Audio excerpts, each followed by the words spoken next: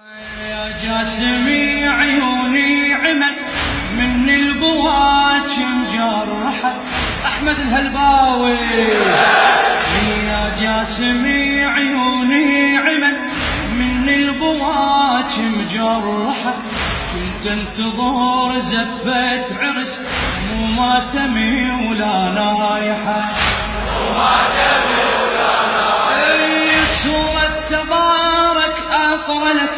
لو أقرأ يا ابن الفاتحة سورة تبارك أقرأ لك لو أقرأ يا ابن الفاتحة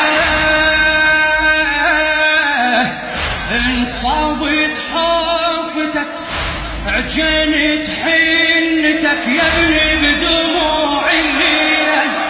هي صواني وشمع